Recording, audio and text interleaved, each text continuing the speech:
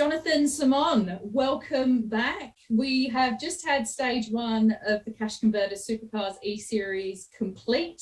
So I thought, not other, we need to go to the E-Series guru, which is you. So we now know our top 10 that have set the best times to go into stage two of the draft. So let's start with Brady Myers. He topped the best times in the first stage of the draft and was the only person to net a 1 minute 28 lap around Phillip Island. We've seen him before, he competed last year, but is he one to watch for this season? See, that's the thing I look into with this year's draft is Brady Myers was the number one pick in 2019. So this is the third time in a row he's gone through the draft. And the talent pool looks decent, but you also know where he's been in the pecking order in previous years. So you look at 2019, barely made the top 10 in the standings. Last year was 13th. And this year, I think, you know what? I think he's made that step up that people are expecting out of him. You know, Brady Myers is a very quick driver, very good guy, raced for Pioneer DJ last year, but he's a safe pick if you've got a pick in this draft. We know that there could be 6 teams that could select drivers.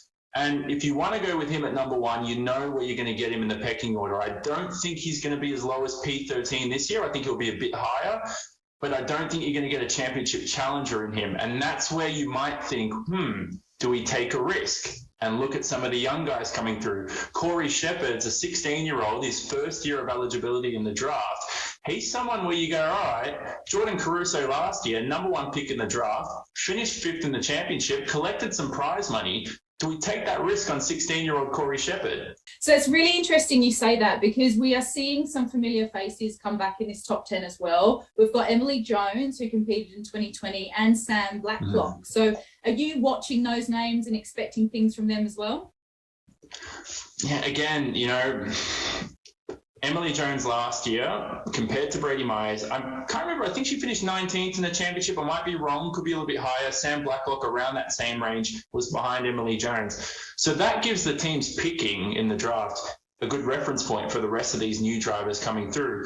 I do want to see them all back on the grid. I think Brady Myers deserves another shot. Now, for Emily Jones, she is racing for the McLaren Shadow Esports team, which is the McLaren Formula One team's own esports team. She just signed with them this year. That's a big step up for her. She's very popular. I think a team would want to attract that kind of popularity and exposure by snapping her up. And she's not so bad as a driver either. You know, she's very, very talented.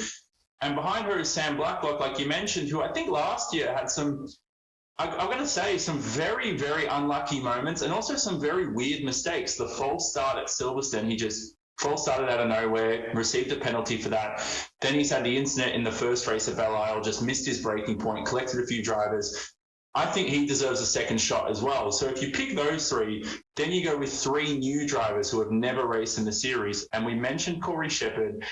And Ryan Wood's another interesting one, a Kiwi, races in Toyota 86 in New Zealand, currently 3rd in the championship there. He's only 17 years of age.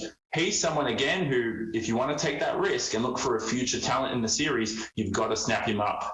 We've got, some really great fresh faces and young guns. We've also got Blake Purdy, Simon Fiegel, Kurt Stenberg, and Wayne Burke as well. They've made it into the top 10. So can you tell us if you know anything about them as well and what we should be looking out for?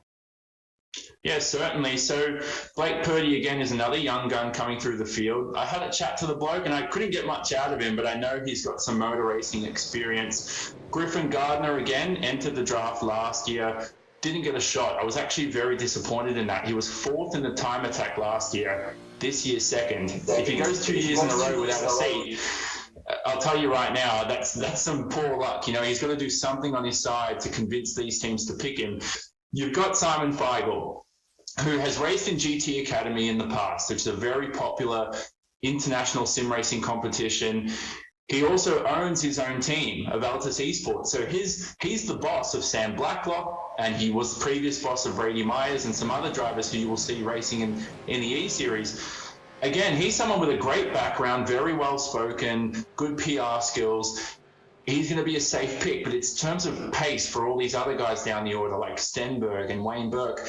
Are you going to have the pace to compete near the front? So that's the challenge you face as a team picking in this draft. Are you going for a driver who's just going to be PR friendly and very popular in terms of marketability, or do you want someone who's going to be competitive near the top?